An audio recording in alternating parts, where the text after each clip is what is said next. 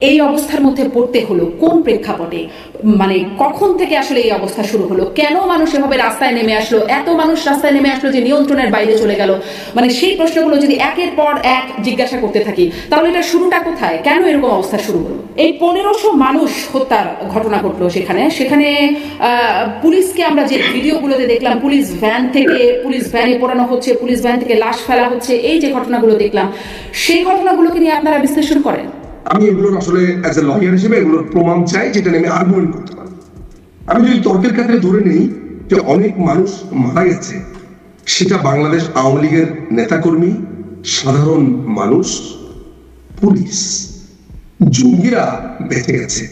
সমন্বয়করা বলেছে যে আমরা হত্যা করেছি, সমন্বয়করা বলেছে যে এইভাবে এই যে পুলিশ হত্যা না করলে বিপ্লব হতো না, মেট্রো রেল না করালে এটা হতো না। পুলিশ যদি হত্যা করা না হতো, মেট্রো রেল যদি না পোড়ানো হতো তাহলে সফলতা হতো না, তাই তিনি বলছেন। হ্যাঁ, পরে তার ব্যাখ্যায় আবার তিনি বলছেন যে না, সেটা মানে তারা হত্যা করেছেন সেটি তিনি মিন করেন নাই। তিনি বলছেন এই বিষয়গুলো যদি না ঘটতো, সরকারের পক্ষ থেকে এটি ঘটানো হয়েছে, আমি এটার কোনো নিজস্ব কোনো ব্যাখ্যায় যাচ্ছি না, তারা যে ব্যাখ্যা দিচ্ছেন সরকারের পক্ষ থেকে এটি ঘটানো হয়েছে, যার কারণে জনগণের ক্ষোভ আরো বেড়েছে এবং তারপরে এরকম হয়েছে। আপনি কি বলবেন যে এটি না করে, ষড়যন্ত্র বলি, পরিকল্পনা বলি, এটি না করে আসলে উপায় কি ছিল তাদের হাতে, মানে সাধারণ মানুষের হাতে বা রাজনৈতিক দলগুলোর হাতে ক্ষমতার পরিবর্তন বা সরকারের পরিবর্তনের কি কোনো পথ বিগত সরকার খোলা রেখেছিল? জনগণ যদি কোনো দলকে চায়, মানে আপনি তারপরে এটা চান যে সবাই ওনাকে ভোট দেয় কেন, সবাই আওয়ামী লীগকে নির্বাচিত করে কেন? 14-18 এই জন্য আমার সবাই যেহেতু আওয়ামী লীগকে ভোট দেয় আমি এটা মানি না, মানে ব্যাপারটা আপনার কথা শুনে মনে হলো যে সবাই যেহেতু আওয়ামী লীগকে ভোট দেয় আমি এটা মানবো না, সবাই আওয়ামী লীগকে কেন ভোট দিব, আমি আজকে রাতে খাবো না, ব্যাপারটা এরকম। আচ্ছা, 14, 18, 24 সবখানে আসলে সবাই আওয়ামী লীগকে ভোট দিয়ে নির্বাচন করেছে বলে আপনি মনে করেন? এটার শুরুটা তো অনেক গভীরে। আপনি নিশ্চয়ই, এখন আমি আসলে আলোচনার মধ্যে শুরুতেই বলার কথা ছিল, আপনি নিশ্চয়ই জানেন যে দুটো ইন্টারভিউ কিন্তু হাসিবুল ইসলাম নামে একটা ছেলে সমন্বয়কদের পরিষ্কারভাবে বলেছে আমরা যদি মেট্রো রেল না পুড়িয়ে দিতাম, পুলিশদেরকে হত্যা না করতাম, তাহলে এটা সফল হতো না। আপনার মাসুদ নামে, আব্দুল্লাহ মাসুদ কি ছেলেটার নাম, বা যাই হোক মাসুদ, এই মাসুদ আপনার নাগরিক টিভিতে আমরা দেখতে পেয়েছি, সে বলেছে যে আমাদের এই পরিকল্পনা বহুদিন ধরে, আমরা এই ধরনের একটা ঘটনা ঘটাবো। তারপরে জঙ্গিদেরকে ছেড়ে দেওয়া হয়েছে, 700-800 ভেঙে, তালা ভেঙে, শীর্ষ সন্ত্রাসীরা বের হয়ে গেছে, এরকম একটা ভয়ঙ্কর অবস্থা তৈরি করা হয়েছে খুনের জন্য, এবং তারা সশস্ত্র সংগ্রামের জন্য প্রস্তুতি নিয়েছে। তার মানে প্রস্তুতিটা অনেক লম্বা সময়। হ্যাঁ, আপনি যদি বলতে পারেন যে এই যে পুরো পরিকল্পনা এইটা ঠেকাতে সরকার কি কিছুটা ব্যর্থ, আমি এই জায়গাতে একটা কথা বলবো যে হ্যাঁ, অনেকাংশে আমরা ফেল করেছি, অনেকাংশে করেছি। কিন্তু এই ধরনের আক্রমণ যে করা হবে, অর্থাৎ আপনার সাথে যেমন পাকিস্তানি আর্মি আমাদের সাথে আলোচনা করবে এই ধরনের একটা কথা বলতে বলতে তারা শক্তি সঞ্চয় করেছে, তারা বাইরে থেকে অস্ত্র এনেছে, তারপর আমাদেরকে 25 মার্চে অ্যাটাক করেছে। ঠিক একইভাবে আমাদের ক্ষেত্রে হয়েছে। বাংলাদেশের সরকার, মাননীয় প্রধানমন্ত্রী সরকার তো মানুষকে ভালোবাসে, তিনি জনতার নেত্রী, তিনি তো এই কোমলমতিদের, যারা কোমলমতি ছিল তাদেরকে খুন করবে, হত্যা করবে, এটা তো তার রাজনীতি না। হত্যা রাজনীতি করেছে যারা 7.62 পিস্তল এনেছে, স্নাইপার এনেছে। শুভ আফ্রিদি নামে একটা ছেলে পরিষ্কার ভাবে বলেছে আমি মেরেছি। তারপর নাফিজুল হক নামে একটা ছেলে আছে যে ডয়চে ভেলের যে প্রোগ্রামে যে সাক্ষী হয়েছিল, সেই একটা স্ট্যাটাস দিয়েছে, সে তার ছাদ থেকে কিভাবে গুলি করেছে শটগান দিয়ে, ওপেন স্ট্যাটাস দিয়েছে। আপা, এগুলো তো অসংখ্য প্রমাণ। সবচেয়ে বড় ব্যাপার, সমন্বয়করা বলেছে যে আমরা হত্যা করেছি, সমন্বয়করা বলেছে যে এইভাবে এই যে পুলিশ হত্যা না করলে বিপ্লব হতো না, মেট্রো রেল না করলে এটা হতো না। পুলিশ যদি হত্যা করা না হতো, মেট্রো রেল যদি না পোড়ানো হতো তাহলে সফলতা হতো না, তাই তিনি বলছেন। হ্যাঁ, পরে তার ব্যাখ্যায় আবার তিনি বলছেন যে না, সেটা মানে তারা হত্যা করেছেন সেটি তিনি মিন করেন নাই। তিনি বলছেন এই বিষয়গুলো যদি না ঘটতো, সরকারের পক্ষ থেকে এটি ঘটানো হয়েছে, আমি এটার কোনো নিজস্ব কোনো ব্যাখ্যায় যাচ্ছি না, তারা যে ব্যাখ্যা দিচ্ছেন সরকারের পক্ষ থেকে এটি ঘটানো হয়েছে, যার কারণে জনগণের ক্ষোভ আরো বেড়েছে এবং তারপরে এরকম হয়েছে। এরকম হাস্যকর একটা কথা, সরকার মেট্রো রেল পোড়াবে, সরকার পুলিশকে মারবে, কিরকমটা আপনার কাছে মনে হয় না যে এই ব্যাখ্যাটা আরো না শামিনা, আপনি কেন বুঝবেন না? আমি আসলে বলতে পারে কেন, মানে সরকার পুলিশকে হত্যা করবে নাকি, সরকার মেট্রো রেল পোড়াবে? এই 1500 মানুষ হত্যার ঘটনা ঘটলো সেখানে পুলিশকে আমরা যে ভিডিওগুলোতে দেখলাম, পুলিশ ভ্যানে পোড়ানো হচ্ছে, পুলিশ ভ্যান থেকে লাশ ফেলা হচ্ছে, এই যে ঘটনাগুলো দেখলাম, সেই ঘটনাগুলোকে নিয়ে আপনারা বিশ্লেষণ করেন? আপনি 1500 হত্যাকাণ্ডের কথা যেটা বলেছেন সেটা নিয়ে আমার একটু দ্বিমত আছে। সেটা বেশিও হতে পারে, কম হতে পারে। আমরা এখনো পর্যন্ত কোনো ধরনের ক্রেডিবল এনকোয়ারি পাইনি।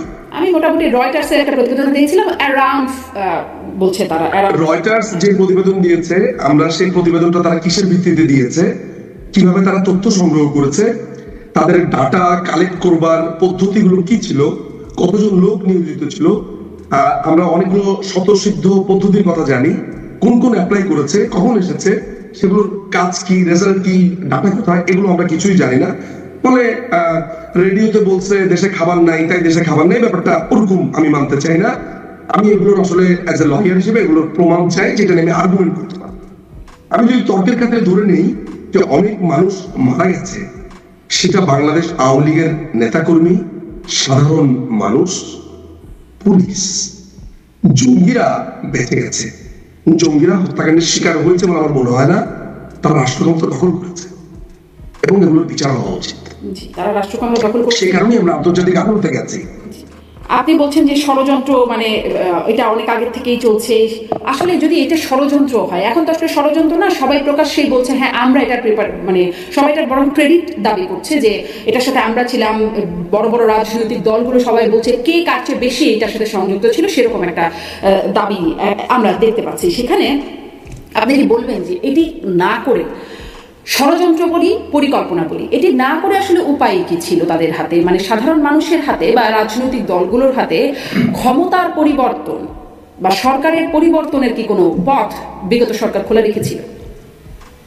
মানে আপনার মানে জনগণ যদি কোনো দলকে চায়, মানে আপনি তারপরে এটা চান যে সবাই ওনাকে ভোট দেয় কেন, সবাই আওয়ামী লীগকে নির্বাচিত করে কেন? 14-18 এই জন্য আমার সবাই যেহেতু আওয়ামী লীগকে ভোট দেয় আমি এটা মানি না। মানে ব্যাপারটা আপনার কথা শুনে মনে হলো যে সবাই যেহেতু আওয়ামী লীগকে ভোট দেয় আমি এটা মানবো না, সবাই আওয়ামী লীগকে কেন ভোট দিব, আমি আজকে রাতে খাবো না, ব্যাপারটা এরকম। আচ্ছা, 14, 18, 24 সবখানে আসলে সবাই আওয়ামী লীগকে ভোট দিয়ে নির্বাচন করেছে বলে আপনি মনে করেন? আওয়ামী লীগ 14 সালে অন্য কোনো দল আসেনি, ফলে স্বাভাবিকভাবেই আওয়ামী লীগ এককভাবেই ছিল।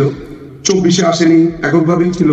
এখন আমি তো আপনাকে, এটা তো বিয়ের বাড়ির দাওয়াত না যে আপনাকে আমি দাওয়াত দিয়ে নিয়ে আসবো যে আপনি খেতে আসেন, আমার বাড়ির ইনভাইটেশন। এটা তো রাষ্ট্রের ব্যাপার, রাষ্ট্রের সংবিধানে যা আছে অনুযায়ী ইলেকশন হয়েছে, ওই ইলেকশনে ভোট হয়েছে, ভোটের রেজাল্ট যা হয়েছে তা। আর 18 ইলেকশনে যারা এসেছে তারা পরাজিত হয়েছে, সিম্পল। মানে আসলে কি আপনি যতটা সিম্পল বলছেন, সাধারণভাবে আপনি কি কখনো মানুষের সাথে কথা বলার চেষ্টা করেছেন যে মানুষ কি এটাকে এতটাই সিম্পল হিসেবে দেখছে? মানুষ কি আসলে ভোট দিয়েছে বা দিতে পেরেছে নির্বাচনগুলোতে? আমি ইলেকশনের আগে, ইলেকশনের পরে বিভিন্ন আমি জানি না আপনি জানেন কিনা, এবার ইলেকশনের আগে আমি পুরো বাংলাদেশ ঘুরেছি। আমার কাছে প্রায় 1200 ইন্টারভিউ আছে। 1200 এই মুহূর্তে এই রুমে আমার হার্ড ড্রাইভে আছে।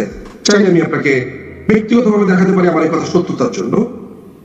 মানে এই 1200-র ভিতরে খুব সামান্য মানুষ তারা বলেছে যে তারা আওয়ামী লীগকে চায় না, তারা বাংলাদেশ আওয়ামী লীগকে চায়, তারা এই সিস্টেম সাপোর্ট করে, তারা দেশের উন্নতিকে সাপোর্ট করে।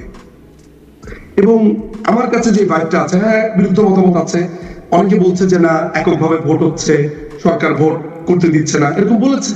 ট্রু, আপনি আজকে যেটা বলেছেন, কিন্তু আবার এটাও বলছে যে না ভোট হচ্ছে। এখন যেহেতু দুই রকমের মতামত আছে, তাহলে আপনার কনভিনিয়েন্ট অনুযায়ী আপনি আপনার কথাটা বলতে পারেন, আমি আমার কনভিনিয়েন্ট অনুযায়ী বলতে পারি যে হ্যাঁ আমার জনগণ তো চাচ্ছে। ফলে এটা নিরূপণ করবে কে? Let's talk. প্রধানমন্ত্রী তো জাতীয় সরকারের ডাক দিয়েছিল 2015 সালে, 14 সালে ইলেকশনের আগে, আপনি জানেন। আপনার সাবেক প্রধানমন্ত্রী খালেদা জিয়াকে তো বলেছিল যে আপনি আসেন আমরা একটু কথা বলি, আমরা একটা জাতীয় সরকার গঠন করি, আপনাদের দল বিভিন্ন দল থেকে করে। এখন মনে আছে নিশ্চয়ই। এইটার পরেও তিনি শোনেন নাই। এখন ওই সরকারের ডাকি তো দিচ্ছে, তার মানে মাননীয় প্রধানমন্ত্রী তার সমস্ত কিছু করেছে। 2015 সালে তিনি জাতীয় সরকারের ডাক দিয়েছিল, সেটা তিনি শোনেন নাই। 2018 সালেও বলেছিল, শোনেন নাই। যদিও তারা ইলেকশনে এসেছিল, কিন্তু জাতীয় সরকারের ডাক দেওয়ার পরে যদি একটা দল না শোনে, মাননীয় প্রধানমন্ত্রী কি করতে পারে বলেন?